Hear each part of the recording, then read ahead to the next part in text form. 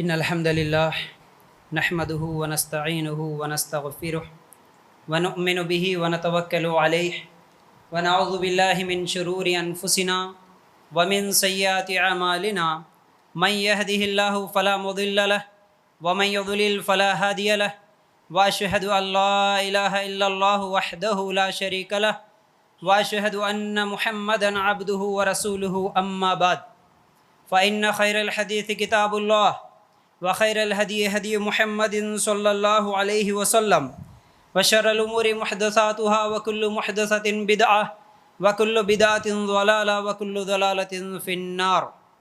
اللهم صل على محمد وعلى آل محمد كما صليت على إبراهيم وعلى آل إبراهيم إنك حميد مجيد. اللهم بارك على محمد وعلى آل محمد كما باركت على إبراهيم وعلى آل إبراهيم إنك حميد مجيد. وقال الله تبارك وتعالى في قرآن المجيد: يا أيها الذين آمنوا اتقوا الله حق تقاته ولا تموتن إلا وأنتم مسلمون. رب اشرح لي صدري ويسر لي أمري واحلل عقدة من لساني يفقهوا قولي. ہر قسم کی تعریف، حمد و ثنا، کبریائی اور بڑائی اس اللہ رب العزت کے لیے ہیں جو تمام جہانوں کا پالنے والا رب ہے، اور اسی طرح اس کے آخری نبی محمد الرسول اللہ صلی اللہ علیہ وسلم پر بے شمار درود و سلام. حمد و ثنا کے بعد میرے بھائیوں اور میری ماں بہنوں، آج اس جمعہ کے خطبے میں میرا عنوان ہے: کیا یہ بھی شرک ہیں؟ اس عنوان کے تحت قرآن و سنت کی روشنی میں انشاءاللہ کچھ باتیں آپ لوگوں کے سامنے رکھوں گا. اللہ تعالیٰ سے یہ دعا کرتے ہوئے کہ اللہ ہم سب کو کہنے سننے سے زیادہ عمل کرنے کی توفیق عطا فرما، آمین یا رب العالمین. کیا یہ بھی شرک ہے؟ یعنی ہم کچھ ایسی چیزوں کا ذکر کریں گے آج جن کو معاشرے میں شرک نہیں سمجھا جاتا. ہم شرک کے بارے میں کئی مرتبہ سنتے ہیں. الحمدللہ ہمارے مساجد میں توحید کے تعلق سے، شرک کے تعلق سے بیانات ہوتے رہتے ہیں. اس کے باوجود بھی کچھ لوگ ایسے ہیں جو قرآن و سنت کو ماننے کے باوجود بھی کچھ عقیدے ایسے رکھتے ہیں، وہ عقیدے شرکی عقیدے ہوتے ہیں. اور جو لوگ قرآن و سنت سے دور ہیں ان لوگوں کے اندر تو بہت سارے ایسے شرکی عقیدے ہیں کہ اب ان کے تعلق سے کتنا بھی بولے کم ہے. یہ باتیں اکثر خواتین میں پائے جاتے ہیں، زیادہ تر عقیدے خواتین میں ہیں. مرد حضرات پھر بھی الحمدللہ کیا ہے، توحید کے تعلق سے، شرک کے تعلق سے بار بار سنتے بھی ہیں، پڑھتے بھی ہیں، علم رکھتے ہیں. لیکن خواتین کیونکہ بہت زیادہ دین کے علم سے دور رہنے کی وجہ سے چھوٹے چھوٹے مسائل پھر بھی سمجھتے ہیں یہ شرک نہیں ہے. توحید کو ماننے والے، اپنے آپ کو توحید پرست سمجھنے والے بھی ان خواتین میں، ان گھروں میں بھی جو خواتین ہیں ان کے اندر یہ عقیدے ہیں. تو ذرا غور سے سننا وہ کون کون سے ہیں، میں آپ لوگوں کے سامنے رکھنے کی کوشش کروں گا. تو سب سے پہلے ہم لوگ جو آیت بار بار سنتے ہیں شرک کے تعلق سے، شرک سب سے بڑا گناہ ہے. اس دنیا میں جتنے گناہ ہو رہے ہیں ان سب گناہوں میں سب سے بڑا گناہ شرک ہے.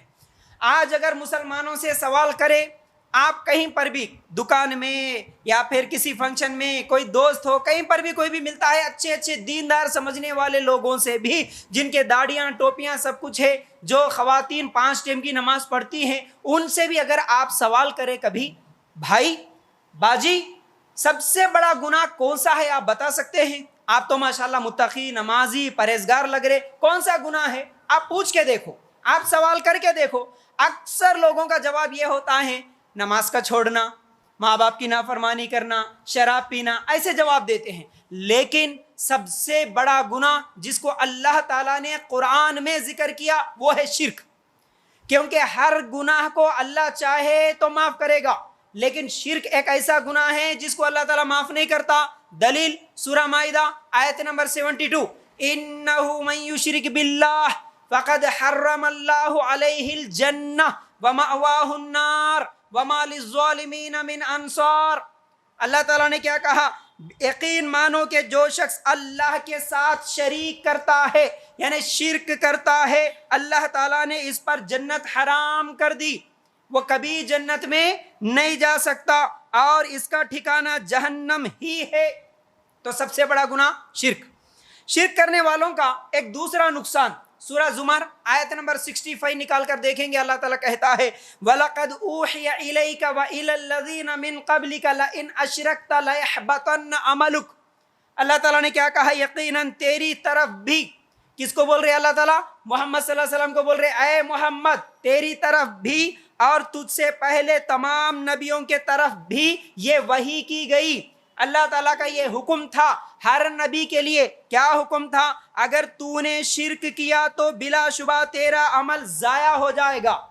نبی تو اس دنیا میں شرک کو ختم کرنے کے لیے آتے ہیں، لیکن اللہ تعالیٰ وارننگ دیتے ہوئے کہا اے نبی اگر تو بھی شرک کرے تیرا بھی عمل ضائع ہو جائے گا، برباد ہو جائے گا۔ یعنی تم نمازیں پڑھو، تم روزے رکھو، تم حج کرو، تم عمرہ کرو، تم تہجد پڑھو، تم کچھ بھی کرو، اگر اس کے ساتھ ساتھ شرک کرے تو پھر تمہاری نمازیں کچھ کام آنے والی نہیں ہے، تمہارے روزے قبول ہونے والے نہیں ہے، تمہارے حج عمرے قبول ہونے والے نہیں ہیں۔ اس لیے میرے بھائیوں اور میری ماں بہنوں، اس عنوان کی اہمیت کو تھوڑا سمجھتے ہوئے غور سے سننا، غور سے سمجھنا۔ آج تقریباً 30 ایسے اعمال بتاؤں گا جو ہمارے گھروں میں، ہمارے معاشرے، ہمارے سوسائٹی میں ہو رہے ہیں، جن کو شرک نہیں سمجھا جا رہا۔ اگر ان میں سے ایک عمل بھی تم کر رہے، یا تمہارے رشتہ دار کر رہے، یا تمہارے گھر کی عورتیں کر رہی ہے، کوئی بھی کر رہے، تو سمجھ لو کہ وہ شرک ہے، اور یہ عمل کرنے والا جنت میں نہیں جاتا، اور اللہ اس کی کوئی بھی عبادت، کوئی بھی نماز، کوئی بھی روزہ قبول نہیں کرتا۔ تو چلیے، شرک کیا ہے؟ شرک کہتے ہیں، اب یہ ایک لمبا عنوان ہے لیکن میں مختصر عام انداز میں سمجھانے کی کوشش کروں گا۔ شرک شریک کرنا، پارٹنر بنانا، کس میں؟ اللہ کی ربوبیت میں، اللہ کی الوہیت میں، اللہ کی اسماء و صفات میں۔ اب یہ ربوبیت کیا ہے، الوہیت کیا ہے، اسماء و صفات کیا ہے، فرصت سے اپنے مساجد کے علماء سے آپ سیکھنے کی کوشش کریں۔ تو ربوبیت میں، الوہیت میں، اسماء و صفات میں اللہ کے برابر کسی اور کو سمجھنا، اللہ کے ساتھ کسی کو شریک کرنا، یہ ہے شرک۔ توحید کیا ہے؟ وہی اللہ کی ربوبیت، الوہیت، اسماء و صفات میں ایک اللہ کو ماننا۔ جیسا کہ مثال کے طور پر سمجھانے کی کوشش کروں گا، اللہ رب ہے، اللہ پوری کائنات کو چلانے والا ہے، اللہ کھلانے والا، اللہ پلانے والا، اللہ زندگی دینے والا، اللہ موت دینے والا، یہ اللہ کی ربوبیت ہے۔ اگر اس میں کوئی یہ سمجھتا نہیں اللہ نہیں، ہمارے دوسرے فلاں بابا بھی ہے، فلاں بھگوان بھی ہے، فلاں شخص بھی ہے جو چلاتا، کھلاتا، موت دیتا، زندگی دیتا، تو پھر وہ شرک، یہ ربوبیت میں شرک۔ اب دوسری چیز کیا ہے؟ اسماء و صفات میں شرک۔ بولے تو اللہ کے کچھ نام ہیں، اللہ کے کچھ صفتیں ہیں، اس میں اللہ کے جیسا سمجھنا، اللہ کا کسی کو پارٹنر بنانا۔ جیسا کہ اللہ کا نام کیا ہے؟ اللہ سمیع ہے، اللہ سننے والا ہے، اللہ دیکھنے والا ہے، بصیر ہے، اور اللہ تعالیٰ پوری کائنات کو چلانے والا ہے، رزق دینے والا ہے، موت دینے والا، یہ اللہ کے صفتیں ہیں۔ نہیں، اور اللہ ہمیشہ زندہ رہنے والا ہے، یہ اللہ کی بہت ساری صفتیں ہیں، بہت سارے نام ہیں۔ اگر کوئی یہ سمجھتا نہیں ہمارے بابا بھی ہمیشہ سے زندہ ہے، ہمیشہ زندہ رہیں گے، اللہ کے برابر کر دیا، پارٹنر بنا دیا۔ اللہ ہمیشہ زندہ ہے، اللہ کے علاوہ کوئی زندہ نہیں ہے، لیکن نہیں فلاں بھی زندہ ہے اگر سمجھے تو پھر وہ شرک ہے۔ اور اسی طرح اللہ سننے والا ہے، نہیں ہمارے بابا بھی ہمیشہ سنتے، ہم کیا کر رہے سب دیکھتے، درگاہ کے پاس گئے تو کون سا مرید کیا ملیدہ لایا، کیا چادر لایا، کون سا اندر لے کے آیا، یہ سب چیزیں دیکھ رہے، سن رہے، سمجھنا، یہ شرک ہے۔ اللہ کی اسماء و صفات میں شرک۔